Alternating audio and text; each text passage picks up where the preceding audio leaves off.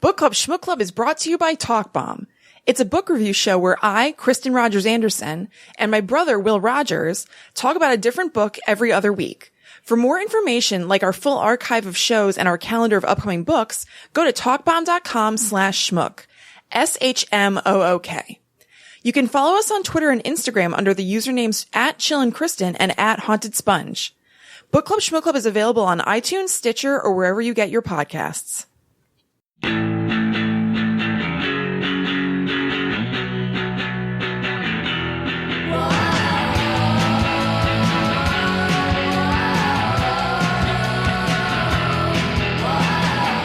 Hello, welcome to Book Club Shmook Club. I'm Kristen. I'm William. And we are here to talk to you about the book The Murder of Roger Ackroyd by Agatha Christie. Oh, yeah. Yeah.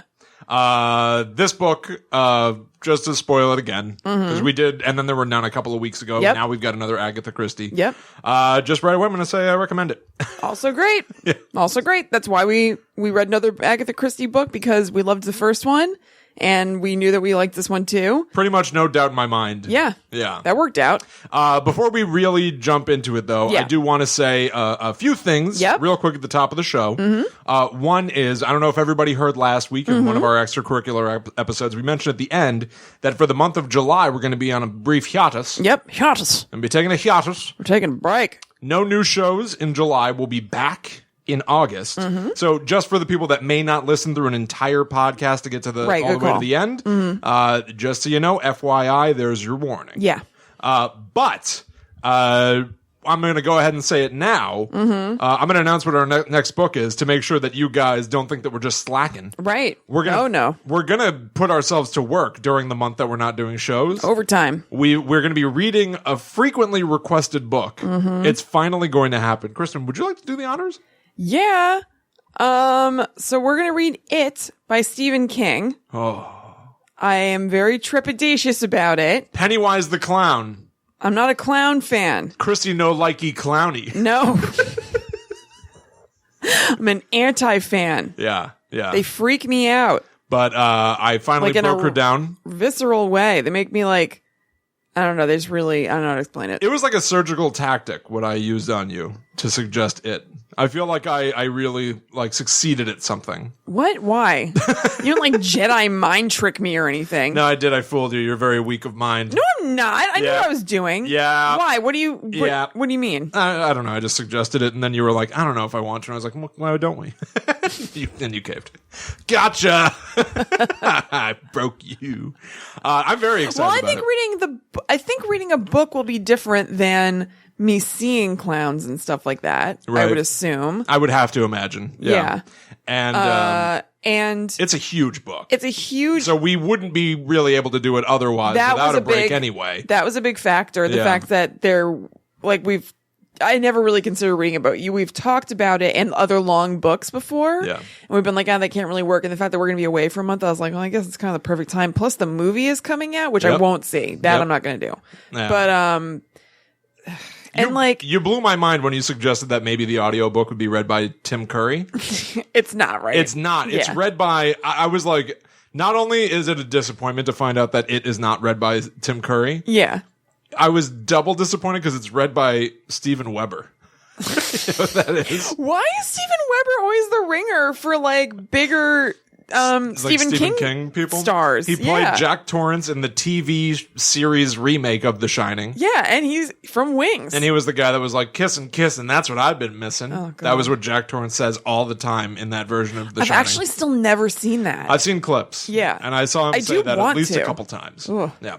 So Steven Weber reads that, so I'll probably just be reading the so book. weird. Yeah. So anyway, hiatus for the Yeah. month of July, coming back with It. Yeah. I am very excited about it. Like, almost started immediately once you agreed to make sure that I can be like, no, I'm already like 15 chapters in. You can't back out now. So it's happening. Yeah, it's happening. I mean, also, I know it's supposed to be a really, really good book, And I'm hoping that it can't be like all clown all the time. I don't think it is. I'm not just trying to comfort you. I legitimately think, and I could be wrong, I think I've heard people talk about like, oh, the trailer for the new movie is all about Pennywise, and he's barely in the book. And like what I'm thinking is that they'll probably, at a certain point, that Pennywise is a clown, so they'll just be like, Pennywise said blah, blah, blah. Pennywise said, so it's not they're constantly going to be like, he honked his red nose and stamped his giant shoes. Like, I'm hoping that I'll be able to kind of like somehow put aside the fact that he's a clown in my mind somehow. Yeah, maybe. Whatever. We'll see what happens. Yeah. All right. And the final bit of business. What? I'm like really thinking about it now. Don't get too in your head. It's a different matter being like, I'm going to read a book about a clown versus like actually reading it and being like, the fuck is this about? Stop saying rock and roll. Like, it'll be fine. Also, it's just so long. I know. Well, we got a month. I know. We have a month. We were taking a hiatus for a reason. Oh, yeah, but we're still taking a hiatus from, like, all the work that goes into the show and shit. You still got to move. I know. You can have a show on while you move. Wait, what? Fine. You can, like, listen to an audio book. I'm not going to listen to the audiobook. I told you, I'm afraid that he's going to be like, and that'll freak me out, I think. I also don't like a clown voice. And like because it's a clown, not just because voice. it's stupid Steven Weber. I mean, I don't know that much about Steven Weber. By Steven Weber. Maybe Steven Weber's a great thespian. I'm sure he's fine. I just don't like him because he's like he was on Wings, which I never watched, and he was Jack Torrance. I don't like it. I mainly know that he was in Single White Female, and he took a high heel to the head and died. Spoiler alert. Oh, sorry, guys. Single White Female is great. You should watch that. Maybe. Yeah. All right. So the other bits of business that we got to get out of the way here, I want to make sure that we give the shout outs that are due. Yeah, that it deserved. Just today, we got a brand new patron. Yes. Backing Book Club Shmook Club over on Patreon, which everybody can. Yeah, please. Jennifer Larson, thank you so much. Yes, thank you so much. It was such a nice surprise. It was. So you are going to be getting the Book Club Shmook Club sticker. Yes. That is exclusive to Patreon donors. That will be making its way to you. But yeah, so Jennifer backed us on Patreon just like everybody can. Yep. If you back us, awesome. You're helping us make sure that we can do the show for the foreseeable future. Yeah, absolutely. So please do consider that. Patreon.com/talkbomb. Yeah, thank you so much, Jennifer. And you rule. We have some new iTunes reviews. Yes, we do. That I would like to have submitted to the show. Yeah. So I'm not sure when the last time we read iTunes reviews on the show was, but I am going to just read the two from this month. Sure. Okay. So this one is from Tay. Great listen. I love listening to this podcast, and even though I don't read all the same books, the ones that I have read, this sibling duo captures my every thought and delivers it with comedic flair. An absolutely great listen. Thank you, Tay. Thank you. And then listen to this PCast already from Katie Bot. If you like books, if you like siblings, if you like laughing, then listen and love BCSC. Nice. Yeah. So Very thank good. you guys so much. And that means we're at a cool 20 reviews. Oh, is that right? Yeah. Wow. What was that, 4.5 years? Yeah. Wow. Yep. Sitting pretty. Sure, Yeah. very persuasive to people just scooching around iTunes looking for things to listen to. But for real, thank you guys who did review. Legit, thank you so much. Very, very, very much, because that looks a lot better than 19. Yeah, I'll tell you that. No joke. So yeah, hey, while we're on hiatus, maybe you guys write some more reviews, huh? Yeah. That would rule. Yeah. All right, now let's get into Okay. it proper. Let's talk about The Murder of Roger Ackroyd. Yes. A nearly 100-year-old book. Oh, wow. I didn't think about that. Yeah. It was written in 1926. Yeah. Well, it was published in 1926. Right. So, like, in less than a decade, it'll be 100 years old. Weird. How crazy That didn't occur to me. Yeah, wow. That's crazy. Bizarre. Yeah. All right, do you have a spoiler-free plot synopsis so we can get into but our quickly. General thoughts? Ackroyd, a history. Oh. What's your history with the murder of Roger Ackroyd? Interesting. I read it once a long time ago. I think that it was recommended by Dad and maybe you.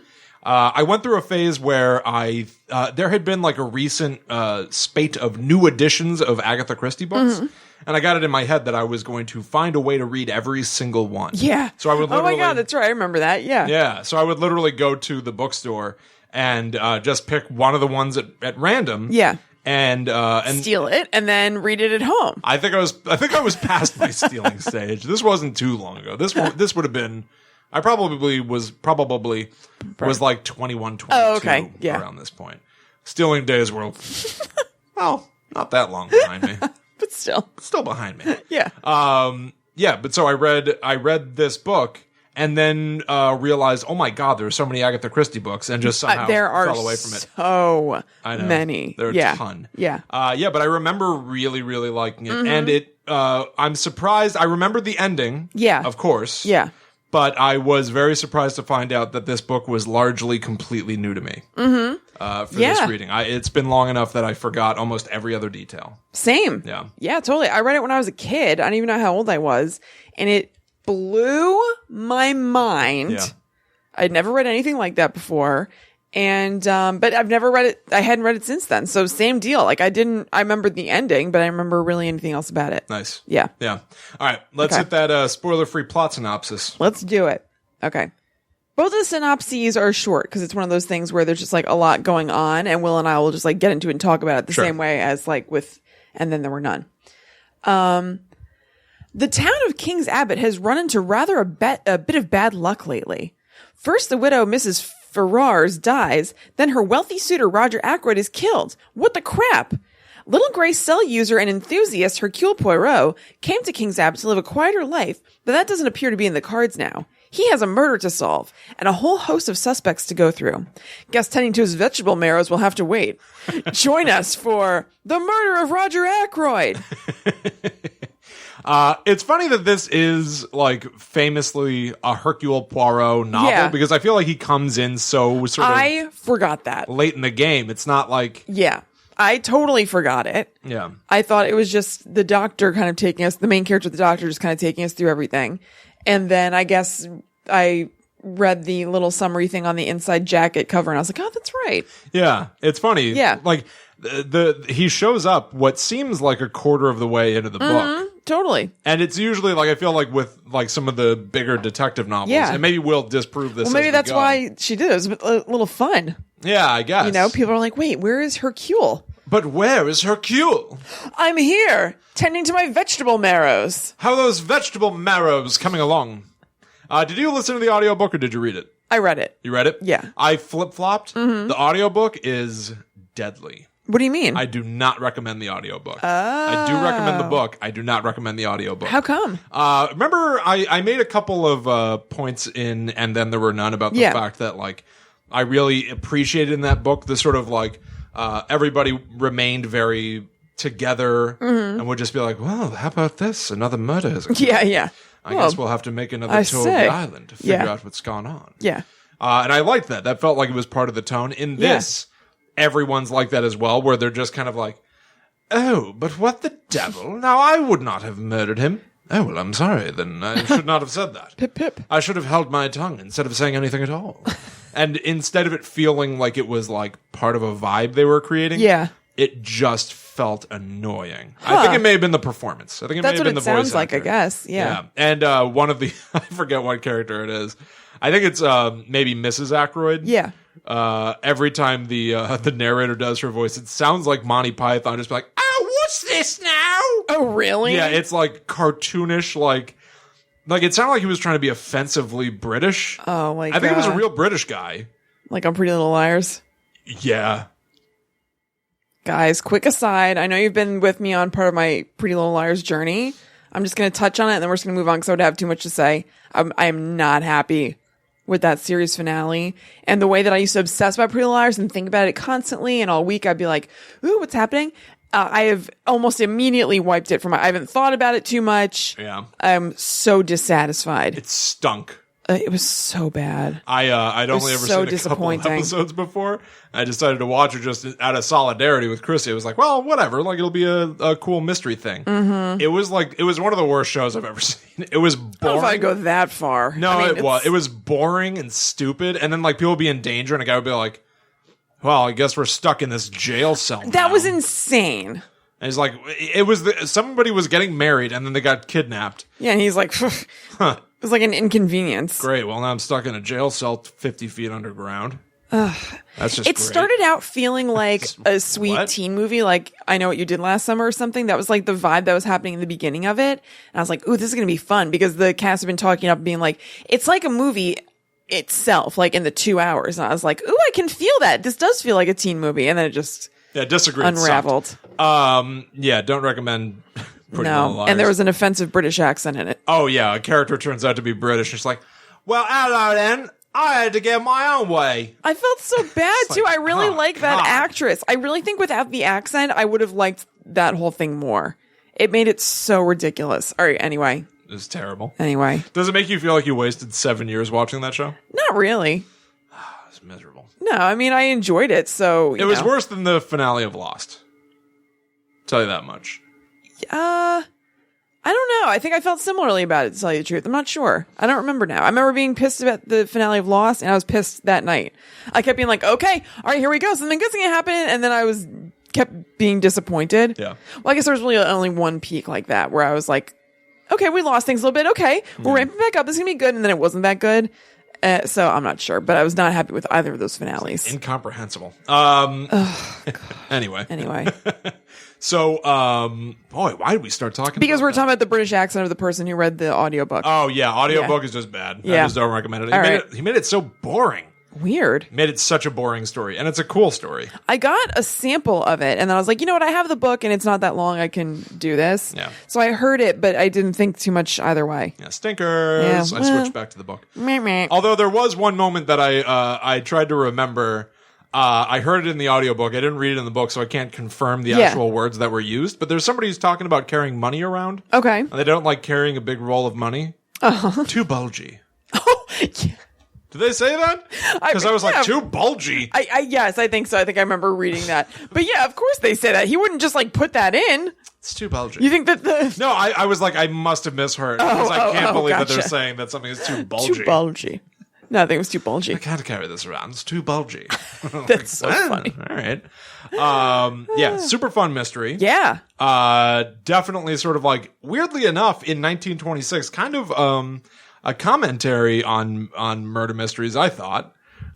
I didn't think about it really. How Maybe so? I should reserve it for the spoilery All right, so why don't I... Because I would just flat out give it away. Okay, I'll go what for I was it. Thinking. Yeah. Hang on. So we both recommend the book. Yep. Everyone go out there and listen to it. Or read it. Well, yeah. yeah. Or read it. I guess don't listen to it. Do try to avoid spoilers as much as possible because it is a mystery novel, so it is possible for it to be spoiled. So do try. And it's a really good one, so you won't want to be spoiled. Yes, it is. It's really fun. And if for no other reason, all right, before we go spoilery, can we just talk about Hercule Poirot as a character real quick? Yeah, absolutely. So this is not the first book that he ever appeared in. I guess he was a recurring character, and that's why I was kind of surprised that it's like he appears partway through, and it's like, I'm telling you, I think that's why. This chap moved in next door. I bet people were like, ooh, another Agatha Christie novel featuring Hercule is coming out. And then they were like, well, where is he? Right. Where's Hercule? There he is. Like, he's tending to his vegetable marrows. Yeah. What the fuck? What are vegetable marrows? I looked up vegetable marrows so I was like, maybe they're root vegetables. Yeah, does it just mean potatoes? That's what I thought. Yeah. No, it's like a kind of vegetable or something. Maybe it's extinct. I think so. I Googled it and I was like, oh, no. I don't know. You should ask Ryan. Yeah, I'll ask Ryan about my husband, the chef. But I feel like typically in a detective story where it's a recurring detective, it would usually be that we're going to see how Hercule Poirot, like what he's been up to and how he's going to find out his new case. Yeah. Like this was kind of surprising. It's as if we just picked up with characters living their lives, and then like, you know who we need? We should probably call Sherlock Holmes. A detective, yeah. Like and he then stumbled into it. He just happened to move to this town to retire. Yeah. Then a murder happened there. Yeah. What luck? Yeah. It's weird. It is weird. But Hercule Poirot constantly talking about his mustaches. Yep. He loves to drink hot chocolate. Yep. I find that very charming. He after he sips his hot chocolate, he tenderly dabs his mustaches. I was like, that's mustaches. Mustaches. Yeah. I like that people are like, what are you? Are you French? It's like, no, I'm not French. Like, what are you? He's like, hey. Like, doesn't answer any straight questions. And then every time he talks to people, he's like, you must tell me the truth. Are you? You're all hiding something from me, are you not? I love him. And everybody like refuses very to make eye contact. And he's like, Hercule Poirot knows. Hercule Poirot knows that you're hiding something. Yep. Damn. And then it got hard for a second there, which was fun. Yeah. He's all very cute. He'll be like, "Oh, I have a question. It is of no matter." Yeah. Like Columbo or whatever. Yeah. And just be like, "Oh, I'm so sorry. Sorry. So one more thing." Wait, not like Columbo. It's like Kinderman, who we think is like Columbo. Well, there is a connection. Yes. Yeah. Yeah. But yeah, and then there's like one where he's like, "I do know who did this, and I'll be telling the investigators in the morning." Yeah. So you may as well. So you should probably fess up. But and people are like, this cute little man just got mad and hard. I know. But it is also funny that people react to that by being like, you're trying to like do the old double talk on me. I know. They're like, you don't know? Really know? Yeah. All right, let's get into it. Then tell me. Yeah. All right. I'd love to hear. I just got to point out that when we were just talking about how Kinderman is very much like this, I hope that people aren't like their friend like Kenny Kinderman or something. Like what? Like, Kinderman. Yes, you're right. Good call. Is the detective from The Exorcist and Legion, who very much plays dumb. Like, I forgot we read Legion. Just got a couple quick questions. They're really not important. Yeah. Where were you on Thursday? I shouldn't ask. I don't really care. But where were you? Yeah. And that inspired the character Columbo. Yep. Famous TV detective with one eye. Mm-hmm. Peter Falk. Does he really have one eye? Peter Falk. Wait, does he actually? No, he has another eye, right? Peter Falk? Whoa, another matter. Whoa. No, I think he's only got one eye. Really? I'm pretty sure. Oh, I didn't know that. Yeah, but so I distinctly picked up those vibes here. Oh, where yeah. He very much plays it as if he is just kind of like... Just casually asking. It's no big. Yeah. Yeah. No big deal. Yeah, if you happen to know, that'd be great. But if not, that's fine. Yeah, I'll figure it out on my own anyway. Although it does play into Hercule Poirot always knows. It is cockier than just like trying to play like you don't realize how much I'm paying attention. Because he will be like, you can tell me. Yeah. It doesn't I'm going to find out anyway. Yeah, so. it doesn't matter. Yeah. I'll figure it out. Yeah. So, but if you want to save us both some time and trouble, you may as well tell me. Kind of amazing. Yeah. Totally. All right. Okay. Spoilers. All right, here we go. Spoilers everywhere. Here we go. And lots of drops to drink. So get out. Okay. So this book is written in first person, and our narrator is Dr. Shepherd, who lives next to Poirot and ends up being his right-hand man. Know what else he ends up being? The killer! Whoa! This completely blew my mind when I was a kid. Dr. Shepherd was the last person to see Roger Ackroyd alive, which everyone knows, but what they don't know is that Ackroyd was confiding in him that his lady love, the late Mrs. Ferrars, was being blackmailed because she poisoned her late husband. Dr. Shepherd didn't like that Ackroyd knew that. Oh no. So he had to dispatch him toot sweet and frame Ackroyd's own stepson. But it didn't work because Hercule Poirot, that little Belgian French fry, figured it out through his crispy little smarts. All right. There was some interesting language used in Dr. Shepherd's narration that could tip you off if you knew, and we'll get into it. Super fun. Hell, let's just get into it then. Yeah. Let's just get into it. Let's. All right, fine. Okay. At any point did you do you remember, I guess, suspecting the narrator, Dr. Shepherd? I was like really young when I read it. I really don't remember. Okay. Yeah. Because I distinctly remember being like blown away, but I don't think that I was trying to outsmart the book or anything and try to guess the end. This time though, knowing full well who the murderer was, just like with And Then There Were None. Mm-hmm. It'll be fun, by the way, someday when we read an Agatha Christie book that neither one of us have read before. I know. This was like a back-to-back of just kind of the greatest hits. Yeah.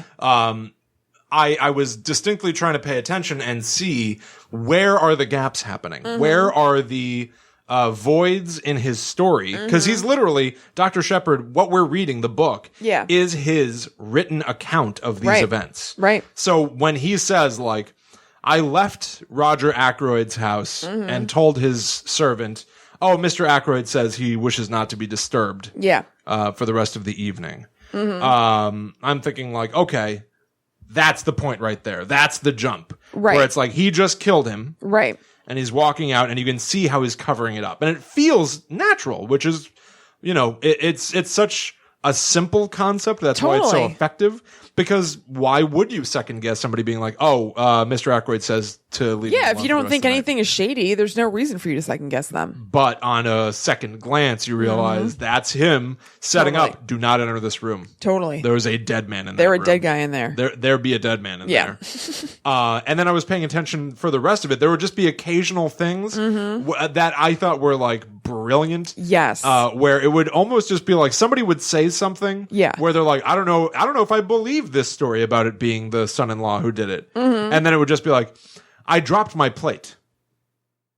And I picked up all the pieces and we moved on. Yeah. And he doesn't explain why he dropped his plate. Doesn't explain what caused him to. Yeah, why he was feeling weird or stressed out or something. Yeah. Yep, I know. He'll just document like, I did this. I could barely breathe. Mm-hmm. Anyway, then she moved on and said that. Yeah. And you're left to, it feels like nothing at the time. Totally.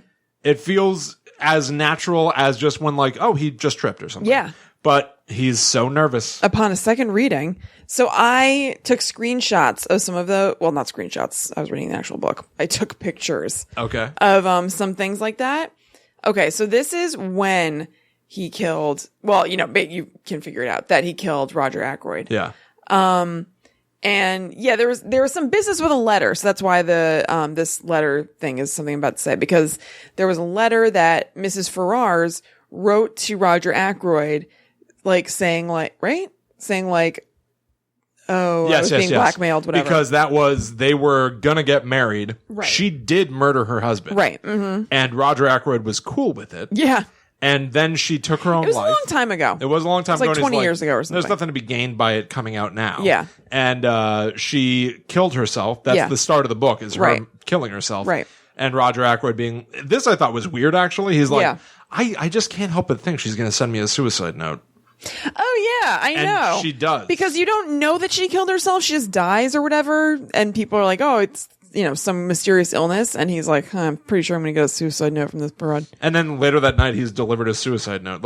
Why wouldn't you think... I would never be like... I don't know. If you died, I wouldn't be like, I bet I'm going to get a note from her tonight now that this whole event is over. I'd be like, well, either she put a note there or she didn't, and she didn't, so I guess it's over. Yeah, I didn't put it in the mail. Yeah. Okay. So this is what the narrator, who is the killer, says. So he was in the room with Roger Ackroyd. He's the last one to see him. The letter had been brought in at 20 minutes to 9. It was just on 10 minutes to 9 when I left him, the letter still unread. I hesitated with my hand on the door handle, looking back and wondering if there was anything I had left undone. I could think of nothing. With a shake of the head, I passed out and closed the door behind me. That's awesome. So you could think that's just like, was there anything I should have said to him? Yeah, exactly. But no. Did we do everything we had to do? Right. No, he's glancing around the room being like, are there any other details to this murder that I need to make sure I cover up? Yes. And then he went home and talks to his sister, who is gossipy, and she wants to know, what was up when he went to talk to Roger Ackroyd. And so it says, Caroline was full of curiosity to know why I had returned so early. I had to make up a slightly fictitious account of the evening in order to satisfy her, and I had an uneasy feeling that she saw through the transparent device. Love it. But she didn't. No. And you would think that was just like, oh, I didn't want to, tell her all the gossip, but it was that he didn't want to tell her that he murdered him. Yeah. Oh, it's so fun. Or have to, on the fly cook up his alibi. Yeah. Because once he says it, it becomes fact. Yeah. He concocts this whole mechanism by which he has somebody at a train station call him. Yeah. And that call, he answers the phone, and somebody on the other end of the call is like, hi, you asked me to call you later. I don't know why. And he's like, what? My God, or whatever, on the other end of the phone. Hangs up, and he goes, Roger Ackroyd's been found dead. What? Gives me rather a start. But now that he's done that, that is a fact of the investigation to Hercule Poirot, where he's like, but why would someone call you? Right. That doesn't make sense. Right. And every time for the rest of the book... And nobody at the house called them. Right. Yeah. And every time for the rest of the book that Dr. Shepard posits a theory as to who killed Roger Ackroyd, Hercule Poirot is like, but you're leaving something out, the phone call again. Yeah. Why no phone call? Yeah. And it's like... He must be kicking himself at that point that he even did that. Totally. Yeah, it's like, ugh. He would have been fine were it not for the great Hercule Poirot. That's right. And his little gray cells. The police were completely playing into Dr. Shepard's hands, where they were like, no, we think that it's the son-in-law. Yeah. Which is what he wanted it to seem. Totally. And Hercule Poirot is like, but we're not considering all the facts. Right. And he's the guy that really undoes it. Throws a little wrench in. Oh, you have more foreshadowing? I have 2. Okay. There's more than this, so I just stopped doing it.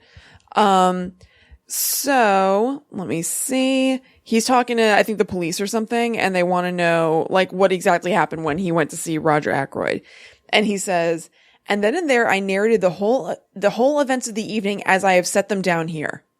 Yeah. So yeah, he did set them down, or he is narrating them the way he set them down here. Yes. I'm narrating them the way that I have reconstructed these events to my own benefit. Exactly. Brilliant. Okay, and then let me see. Okay, and then same kind of thing. So somebody says, Dr. Shepard had better tell you, said Flora. He knows more than I do. Thus enjoined, I plunged into a careful narrative embodying all the facts I had previously set down. I love it. And it's the kind of thing, too, that I wonder if it plays to us like foreshadowing. Yeah, totally. Because it's, for that, it's the mechanism of Agatha Christie to be there for a second reading. Right. And you can see those cracks in the story. But it also does sound, because he's written this down very deliberately, like he is just trying to be extra careful. He's being accurate. Yeah. I'm trying to make sure that I'm being incredibly objective and writing down everything. He's a doctor. They're very precise. Yeah. Oh, it's so good. I wonder if outwardly, we're reading his account, so we have this is, I read up a little bit about the reception to this book. Yeah. It's one of the, I guess, earlier cases of the unreliable narrator. And, it makes you have to question the entire reality of the book. Oh, totally. Because we don't have any sort of objective account of any of these events. Yeah. So I wonder also if Dr. Shepard's relationship that he writes as having with Hercule Poirot. Yeah. I'm not saying he's fabricating any of the actual events. I'm not going to suggest that it's like we went out to search for this and that never really happened. Right. All that stuff happened. Right. But the way he writes it is as if he is the Dr. Watson to Hercule Poirot's Sherlock Holmes. Well, Hercule Poirot does keep saying that, because I guess in other books that I haven't read or I don't remember, Hercule Poirot has like a Watson. He has a companion. Yeah. And he keeps saying like, oh, you're just like, Renfield. That's not Renfield, but he says it like a few times. Dracula, right? Yeah. He is more of a Renfield. Yeah. But he's like, oh, you're just like Johnson. It's uncanny. You're just like him. Oh, you're right. You know, so. All right. It did feel like it would be cool if it was like, oh, he is like inflating the camaraderie. But maybe he still was. That's a really good point. I never thought about that. The thing I for sure wonder, though, is if it's like, he's writing it as being, like, he even says a couple times in the book, he was like, I was very concerned about the events that were transpiring. Yeah. It's like, well, it's because you're the killer and you know they're going to catch you. Yeah. But I wonder if his air of, like, care that he's applying to the situation, that's in his writing. I wonder if, in reality, every time Hercule Poirot talks to him, Dr. Shepard is constantly being like, I don't know. I think it's the nephew. It's got to be Hercule, I think it's the nephew. Pretty sure. And then in the book, he's like, I posited my theory to the great detective, and we moved on with our day. Totally. Moved on nicely from there. That could be. I was as cool as a cucumber. I couldn't have been cooler. Pardon the interruption. To run our show, Book Club Shmook Club needs help from our listeners. You can donate to the show by going to patreon.com/talkbomb, where you'll be able to choose a monthly donation that you feel comfortable with. As a thank you from us, you'll instantly get access to all of our bonus Between Book shows, which don't stay in our main feed. Every time a new one comes out, we bump the last one on over to Patreon. There are dozens and dozens of secret shows that you haven't had access to if you're not a donor. Doesn't that inflame your FOMO? That's fear of missing out. It's an acronym. You'll also have access to each new bonus show as it comes out, and early access to all of our book reviews. We load them onto Patreon as soon as we record them, so our donors get all of our episodes days earlier than they show up on the public feeds. Again, going to patreon.com/talkbomb and setting up a donation makes that happen, and we thank you so much for it. If you would prefer to individually purchase our bonus episodes, you can find them in our shop at talkbomb.com, where we also have stickers and bookmarks for sale. We would also really appreciate your support by leaving us a review on iTunes, Stitcher, or your favorite podcast app. Positive reviews help other people find our show by making podcast apps more likely to list us. It also helps validate us to people cruising around looking for something to check out. So leaving us a review is like paying it forward twofold, since it helps us and it turns someone else onto something you enjoy. And we do hope you enjoy the show, so let's get back to it. You know what else I thought of? We're kind of like Caroline and Dr. Shepard. Yeah. You're a killer.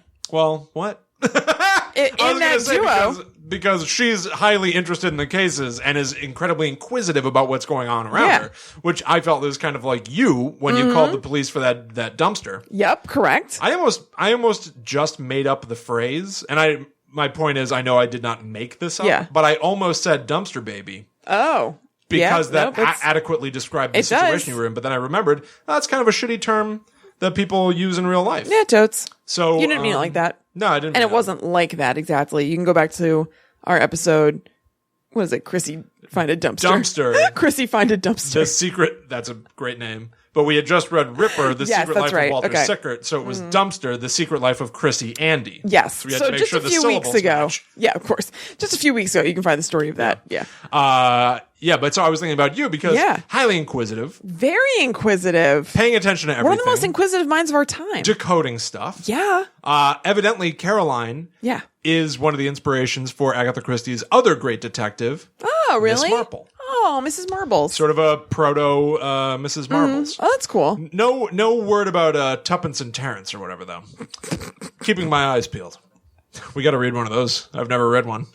What are they, actually? Are they cats? It's not Tuppence. Is that what their names are for sure? Tuppence and Terrell? Are they? Terrell. What is it? Jazzy Pearl? Look it up. Jazzy Pearl. Oh, William. That was so funny. William was trying to remember a name during his live stream on the Hunt to Killer Facebook page. That's every Sunday night at 8:00 at facebook.com/hunttokillerinc. And he used the name Jazzy Pearl as a stand-in. Like, that's a name. I was not far off. It was about the new Clue comic book. Yeah. It was like it was like Dr. For that's not that weird, actually. Yeah, you're right. Dr. Ochre and God, somebody had a miserable name, I thought. Like Jazzy Pearl. Selena Ruby or something. It's just like, what are you doing? Weird. So Tommy and Tuppence. Yeah, that's Tommy and Tuppence. Not Terrell and Terry. Would just be two Terrys. Yeah. Terry and Terry. Terry squared. Terry squaried. It's our mystery. But yeah, brother and sister. Yeah. I'm the inquisitive sister. Yeah. You're the brother killer. I am. I guess so. Mm-hmm. That's what that makes me. Yeah. Right. So the other thing that I was right. The other thing that I was wondering is, I wonder if from the start, if from the off, if Hercule Poirot was me like, too. This guy, this motherfucker. The doctor. Maybe that's why I kept him so close. I was wondering. Yeah. I do feel like that. Yeah. Makes a lot of sense. I know, I think so. And he's continually being like... What fun for Hercule, then. I kind of wish we were in his head. Yeah, I would like to see a book from his standpoint, being like, this doctor... That would be cool. Thinks he's pretty slick. And especially because he is like, are you sure there's nothing else that you want to tell me? Yeah. And I feel like he was toying with him and just being like, I have a theory, but I don't have the proof yet. Yeah, totally. And because otherwise I can't imagine that, like, the flip side of that would be like, sorry, detective, are you telling me that you knew this murderer was free this whole time? Right. Like, that's not cool. Yeah, that's true. Yeah. But I would like Although maybe you need to get all your evidence and ducks in a row so he can't flee or something. That's the thing. I think that's the game. I think it could be. What I was saying earlier about feeling like this is somewhat of a commentary on classic mysteries. Oh, okay, yeah. This, to me, was very clearly a what-if story. Yeah. Of John Watson as the killer. Oh, okay. Literally, brilliant detective and his doctor sidekick. Yeah. Who is writing the account of what's going on. Yeah, totally. You're right. The Sherlock Holmes stories are written by Dr. John Watson. Right. So she's lulling us. We read one of those. I know, we really do. Yeah. And it got me thinking we should really, really do that. Like, finally, we should do that back to back of Hound of the Baskervilles. Okay. And that book that rips apart Hound of the Baskervilles. Yeah. I would like to do that. I would like to do that somewhat soonish. Okay.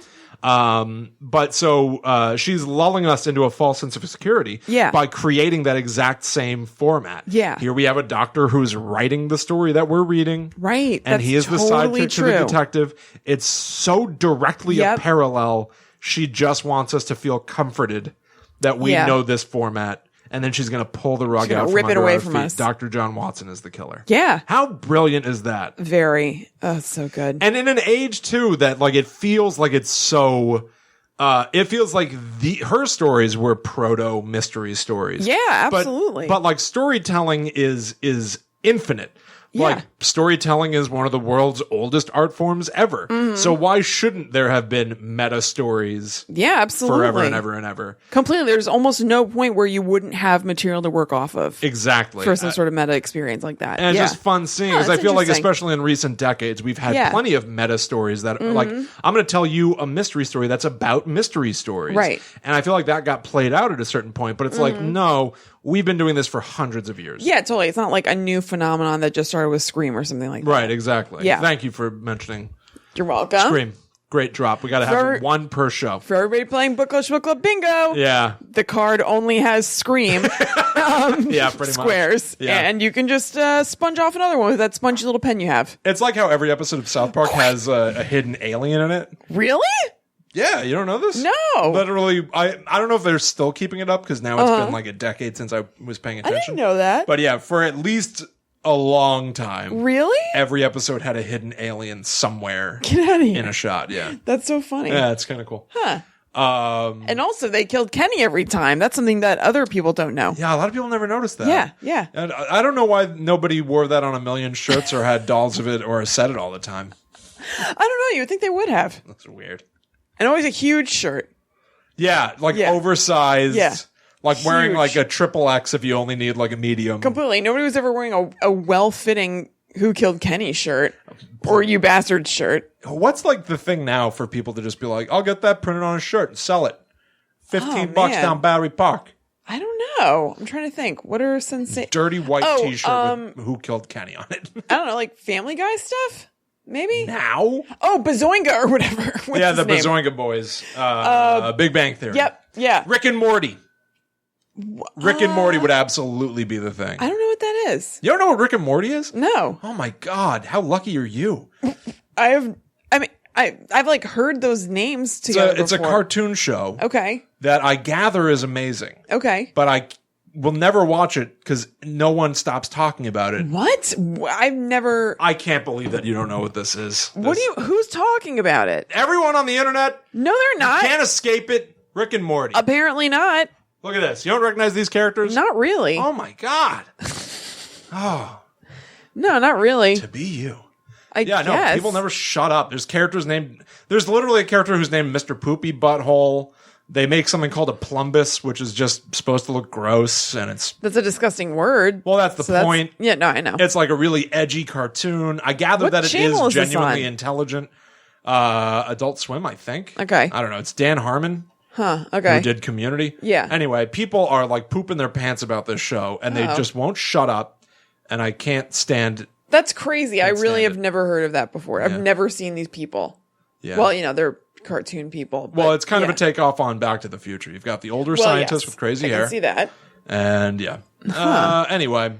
Weird. All right. How do we start talking? Oh, t-shirts, South Park. Yeah. Murder of Roger Ackroyd. Yeah. The whole thing boils down to a solution that I... Oh, also... No, go ahead. Well, I just didn't think that it was like the greatest possible solution in the world. Yeah. Like, I appreciate the idea being that, like, the narrator did it. Awesome. Right. Completely But when they start being like, and here's how. I was like, what? I know. It was really stretchy. It was hard for me to remember. Yeah. The whole thing. It involves a dictaphone. Yep. I mean, that's pretty sweet, though. That is really smart that, but it just seems like a lot of chance somehow. Yeah. If I remember correctly. But anyway, so dictaphone is this thing, in case you don't know, that was like, you talk into it. Like, it's like the voice memo thing on your phone. It's like an ancient person explaining to children. Well, I mean, still. Yeah, but it's 1920s technology. Yeah, completely. So like, it probably if you wanted... was novel at the time to be like, you can record your voice, which means that that's a great tool for murder because you can make it sound like someone was alive far after they were already dead. Totally. So Dr. Shepard just played the dictaphone recording of Roger Ackroyd talking, and then anybody who was outside in the hallway, like his secretary or whatever, were like, yeah, I heard his voice after 9:30, so he was definitely alive then. Yeah. And like fucked with the timeline. Yeah. But so there's that, and then the thing with the chair I was a little confused by. There was like a whole business with this chair in the room being moved that kept getting called back to over and over, and it had something to do with the dictaphone. No, I thought it was to block the window so that no one could see in. Is that right? He moved the chair to block people's view so they couldn't see his dead body. Maybe you're right. I thought it had something to do with him getting because Dr. Shepard then took the dictaphone with him when they discovered the body so that people wouldn't have the idea that had been used to make the voice heard. I guess I thought the chair was somehow involved in that, like blocking something. No, the thing about the chair was Hercule Poirot was obsessed with being like, this chair had been moved. Did you move this chair back? Who moved this chair? Yeah. It looks like somebody moved this chair. Did you move the chair? Who moved the chair? Yeah. Throughout the entire book, and you never really know why.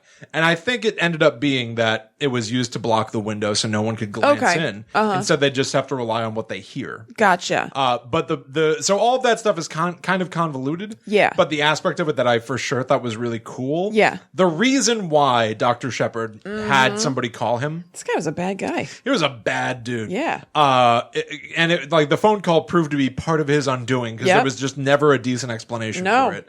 He should have thought of that. He killed Roger Ackroyd. Then he left. Yep. Told everybody, like, hey, he asked not to be bothered for the rest of the night. All right, bye, guys. I'll see you next week. Bye-bye. I'm sure he's fine in there. Yeah. But don't check on him because he's already fine. Hey, don't look in there. He asked me to tell you not to. So don't.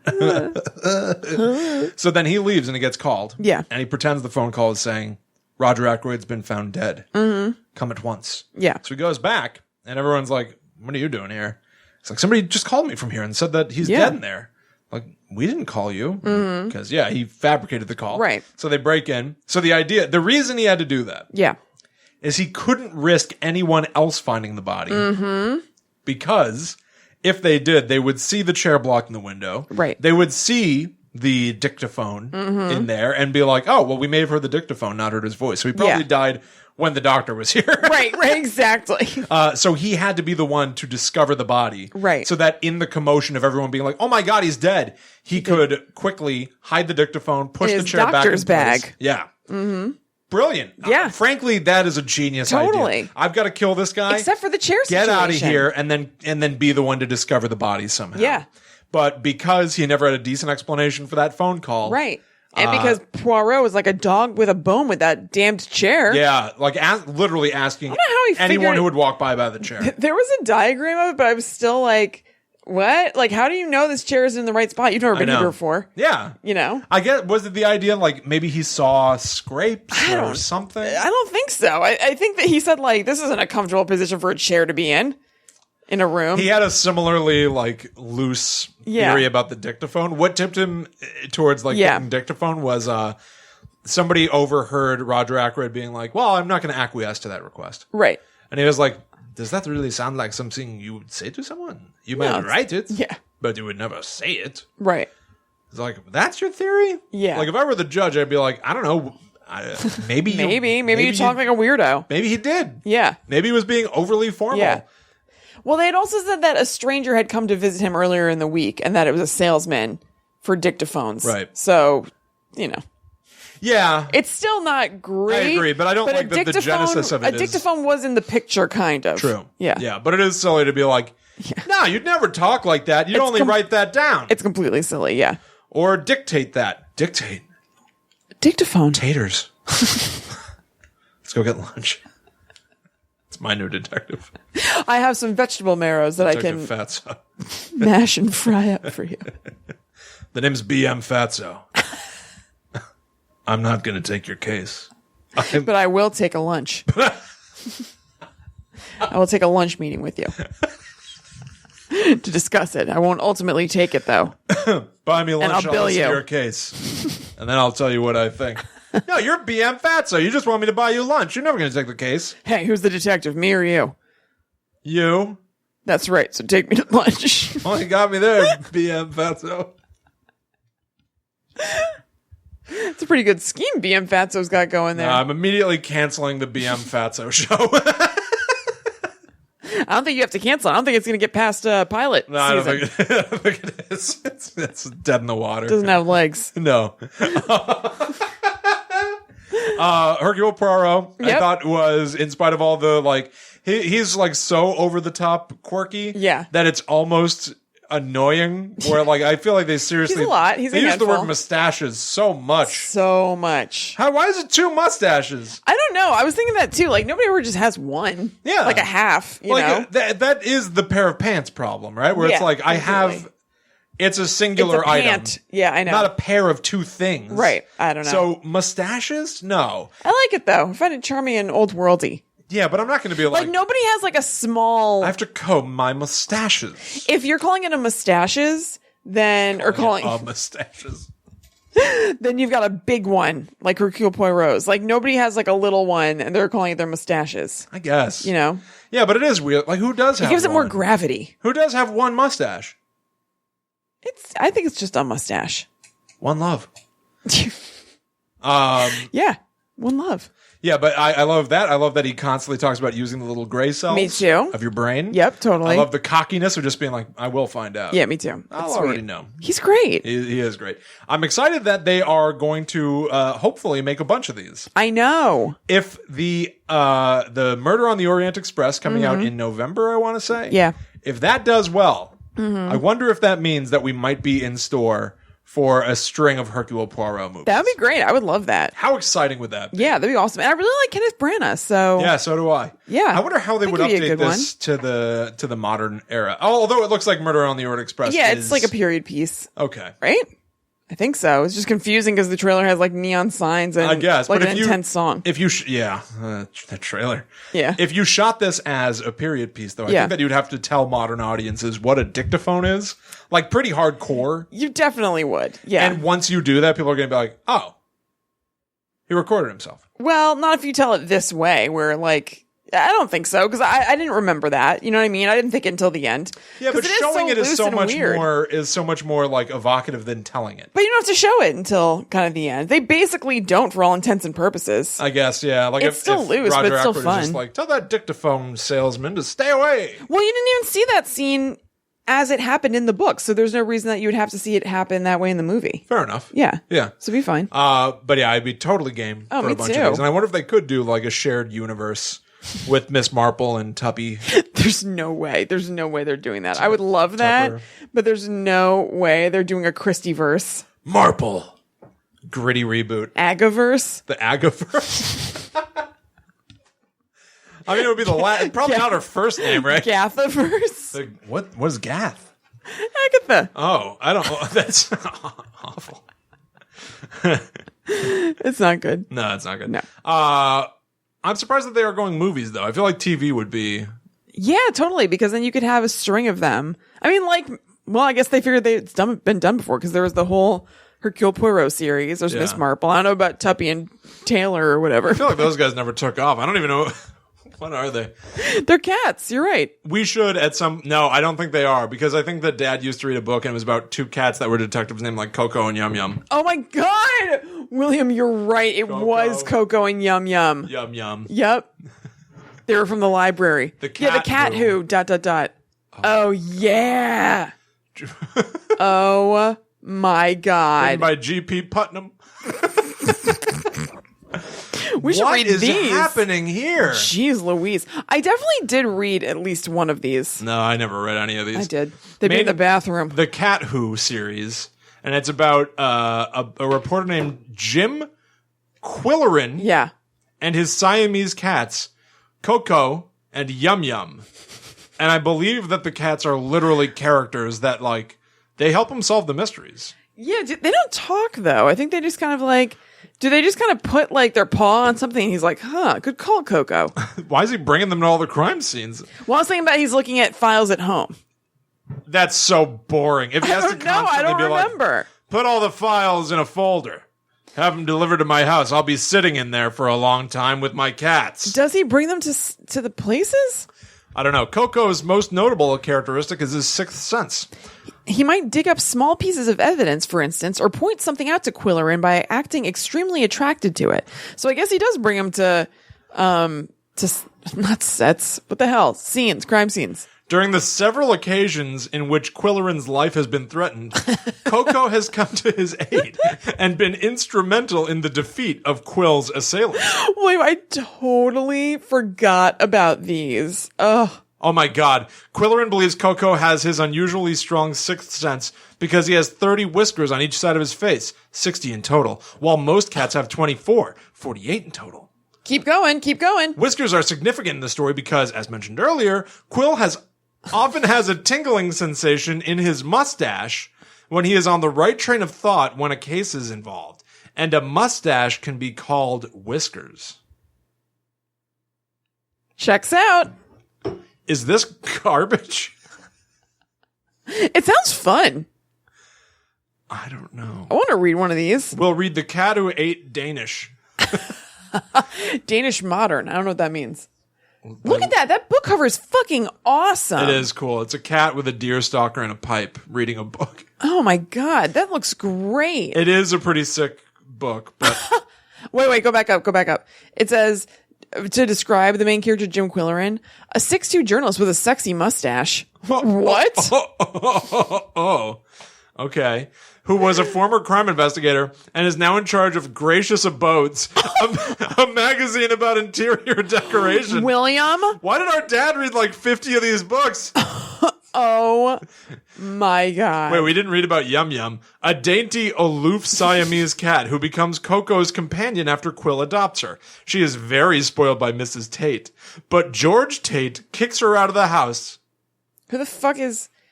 Oh, I guess that's how James Quillerin comes together. The Tates had Yum Yum, and then that's part of the story of the book is how he ends up adopting Yum Yum from the Tates. So hold on. Jim Quillerin, who writes for Gracious Abodes...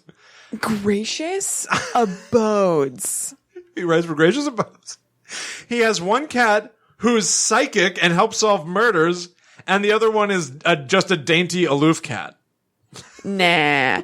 I bet Yum Yum gets in the mix later. Yeah, go back. Because that was only the description of the very first book ever. This is insane.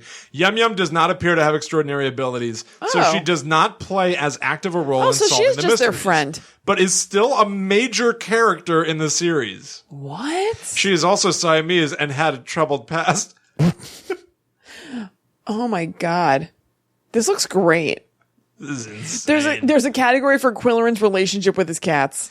Quillerin has a very strong attachment to Coco and Yum Yum. Quillerin is not affected by matters that could threaten his own life, but becomes extremely anxious when matters involve the cats. Stop bringing the cats to crime scenes! Yeah, seriously. During the several occasions where they've gone missing, he has risked his own life to save them, and he does not know what he would do without them. That seems like weird editorializing. Yeah, he doesn't. We're just telling us the facts on a Wikipedia page. His life would fall apart without them. Yeah. This is awesome. I totally want to read the Coco and Yum Yum books now.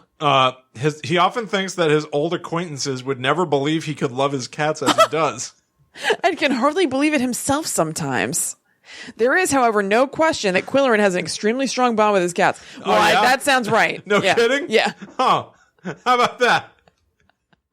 This is an insane sentence. Can we break this down real quick? Yeah. He often thinks that his old acquaintances... He's no longer friends with them and possibly doesn't have friends, but he still frequently thinks that maybe his old acquaintances would never believe he could love his cats as he does. Would you believe that could happen? Yeah. Could you believe that would happen? So does he fantasize about his high school reunion? And he's like, guys, guess what? I love my cats so much. You wouldn't believe it. We don't believe it. Yeah, we don't Quillerin. Furthermore, we're not your friends anymore. All right, good. Thank God. These books stopped being written, but there are a lot of them. Wow. They started being read in 1966. That's amazing. And went up to 2007. Man, good for them. These books were being actively published just a mere decade ago. That's amazing. And they're all called The Cat Who Could Read Backwards, Ate Danish Modern, Turned On and Off, Saw Red, Played Brahms. Wow. Talk to Ghosts. I'd like to read this one. Yeah, me too. Can we read that one? Yes. Oh, I hope there's one about the internet. Ooh, me too. We should read some horror books about the internet.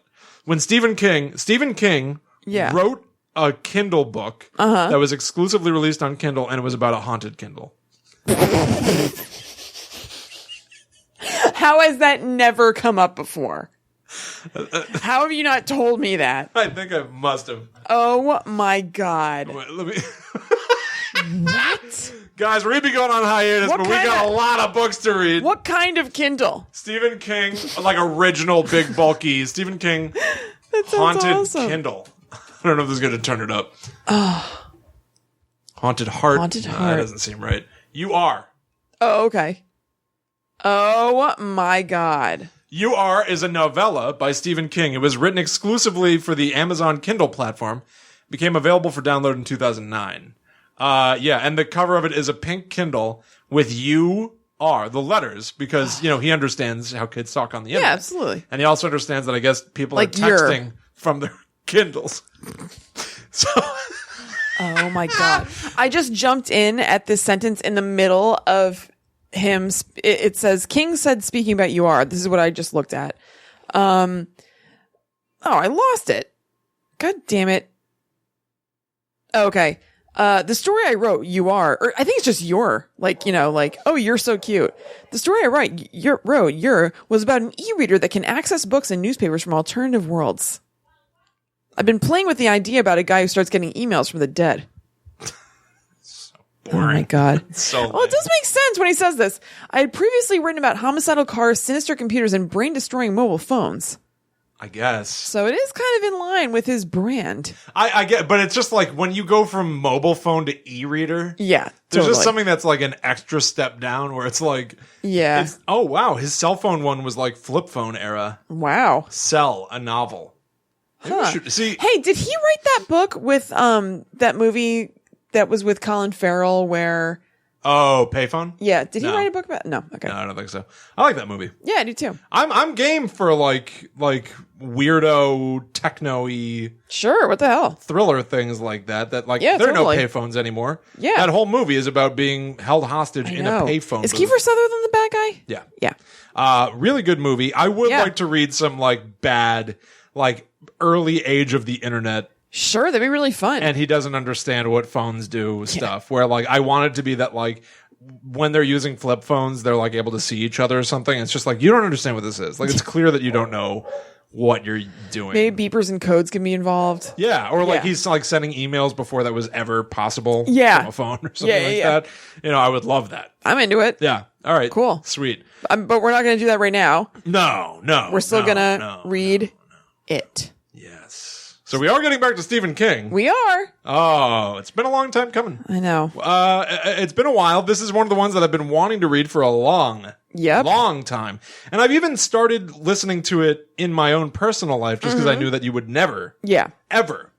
Well, I guess I surprised you, didn't I? You did. And I'm glad that life kept intervening because I get so busy that I just haven't been able to read the book in my own personal life. So I've never read it. Yeah. I've never read it, but I've owned it forever. I originally got it for... I'm worried about having time to read this whole book. I'm still doing it. I'm just thinking out loud. I mean, I think it'll be fine. Plus, I'm going to watch the movies. I'm not going to watch the movies. How can you not watch Tim Curry? Fuck no. Oh, he's so good. Absolutely not. That's without question. I'm not doing that. I've seen Pennywise before. And it's scary. He's wonderful. I'm sure he is. I love Tim Curry. But no way. Sounds like you don't. So you know that I do. I just hate clowns more than I love Tim Curry. Horrible. I know. I don't know what to tell you. You should trump all. All right. Well, there you have it. Yep. For The Murder of Roger Ackroyd. A very straightforward murder story, just with a very cool twist. Yes. One of the earliest instances, I think, of flat out twist ending in your face. Oh. Everything you thought was true was not true. I know. It's so good. So yeah, go out there and read it on our recommendations for sure. Shmook high praise. Yeah.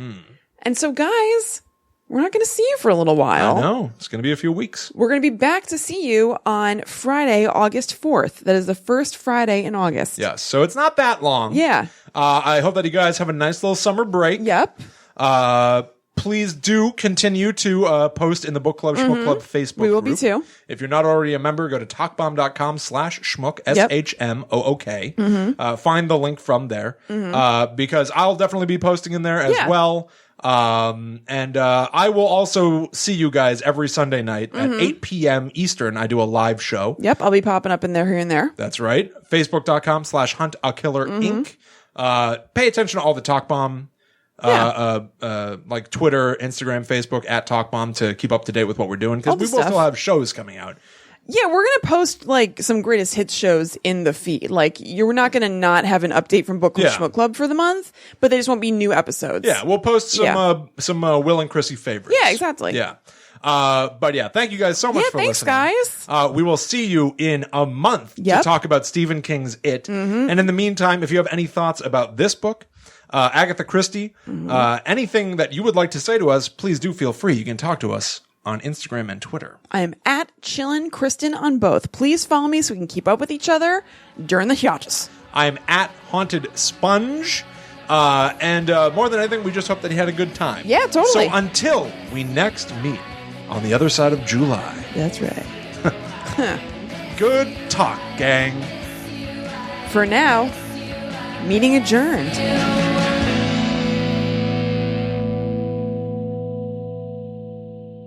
Ba-dum-cha. Someday, like when Shmook like ends, when it's over, like I feel like that'll be a moment where you go like, oh God, meeting adjourned. This meeting is officially adjourned. Like a little more weight on it. Meeting adjourned. Yeah. Like Mr. Feeney when he says class dismissed. Oh my God. Class dismissed. I'll just say that. And then he just follows them to college anyway. Sees them like 2 days later. Yeah, what are you so bummed about? Yeah. Get over yourself, old man. And also they're next door neighbors.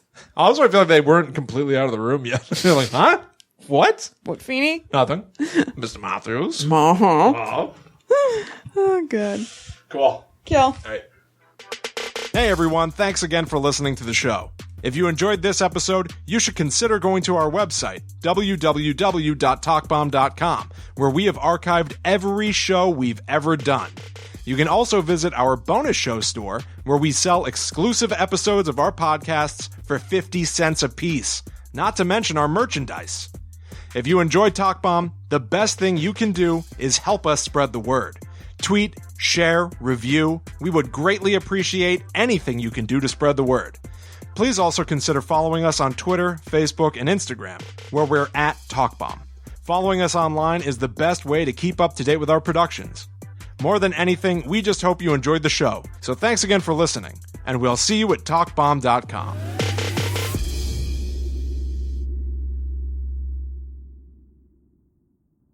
Audio test. Okay. Kristen, favorite Alice Cooper song? Yuck. Feed My Frankenstein. Yeah. Yeah. You're right. Hey, you're right. I really want to get into like old like horror acts. Yeah. Like I'm trying to get really into like Elvira. Ooh, yeah. Right? Yeah. Like I feel like that is of a bygone era that no one appreciates anymore. Totally. And I think some people appreciate it. Like Elvira, people would freak out if they saw her at conventions and stuff. I guess that's true, but like definitely. Like I feel like no one really cares about Alice Cooper anymore. I'd like to all of a sudden just be like, hey, you know what? Alice Cooper's third album is great or something. Yeah. You know, like, well, I mean, it was a few years ago now, but Julie Klausner did like a whole show that was an all Alice Cooper cover show. Oh, is that right? Yeah. That's like cool. a variety show kind of thing. All right. Yeah. Like live in a place in the city. Cool. But I've heard of Alice Cooper Loves, semi-recently. Yeah, I appreciate the sort of like unbridled theatricality. Like, he's just hardcore going for it. Yeah. Like, I'm going to be a cartoony horror man. Yeah, it's awesome. Love it. It's Me great. too. All right. He's hungry for love, and he don't want pizza. That's kind of... I'm hungry for love, and it's feeding time is gross. It's really gross. Like, no, Alice. Ugh. No. And I'll run my greasy fingers. Feed yourself, Alice. Either down or up your greasy spine. It just sounds messy. It does sound especially messy. in the context of grease food. on grease. Yeah, and pizza, like pizza grease. But I don't want pizza. I know, it's Pizza's so funny. in a song. Pizza. I feel like pizza doesn't appear in songs much. It's one of the greatest foods of all time, but I feel like I'm one of the only people. Me and Alice Cooper are the only two guys singing about pizza all the time. Yeah. You guys have something in common. You're kindred spirits. Try to keep it alive. Double audio test. I don't like the way that sounded. Okay. Heat you to a simmer. What's another good right on time. Kind of corny horror act? Let me think.